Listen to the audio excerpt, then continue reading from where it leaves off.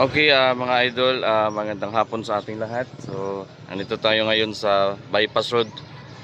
Kasama ko ang aking partner. Ayan, dito sa taas. Makikita yung papunta yan doon mga idol sa ano. Doon, papakita ko sa inyo. Papunta yan sa Takan Public Market ng Cordoba. Boundary ng Lapu-Lapu. Dito tayo ngayon maglalakad kasama ang aking partner. So ngayon, hindi natin papatagalin pa. So ngayon, pasyalan na natin at ipapakita ko sa inyo kung anong mayroon dito. Maraming tao dito maglalakad, magja-jogging kada hapon. So ngayon mga idol, pakita ko sa inyo. Let's go!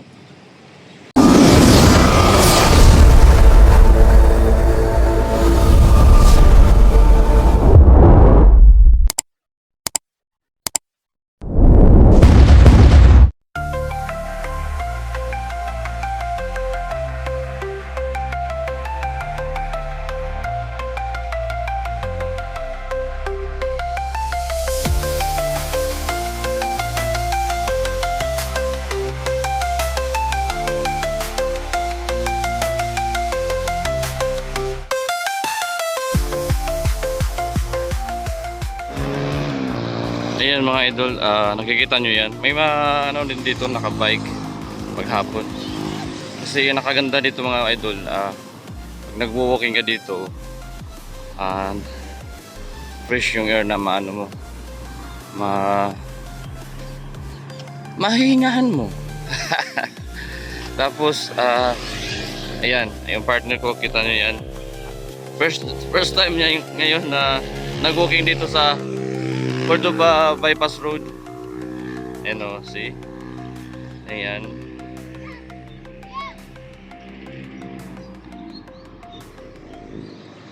Ayan. Tapos, yan mga idol ay medyo malayo-layo pa yung lalakarin natin papunta doon. Tapos, pagdating natin doon, sa dead end, siyempre balik na naman tayo. Kaya, ano, haba-habang lalakarin to. Ano, yung partner ko, first time niya naglakad ngayon. Iwan ko lang kung magsusurvive ba to. Baka mamaya sabihin, tara uwi na tayo, sakay na tayo ng tricycle.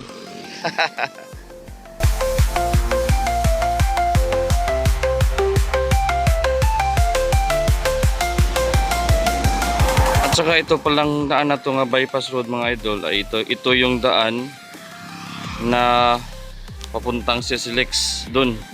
Ito yung karugtong ng Cebu Cordoba Link Expressway. Tapos dun sa unahan, maganda dun sa unahan mga idol, pag malapit na tayo sa dead end, nasa kalagitnaan na kasi marami dun ano, kung gusto mong pahinga, mag-snack, may mga nagbibinta dun at marami din dun nagwo-walking. Sige mga idol, babalikan ko kayo mamaya pagkatapos ng naglalakad ko.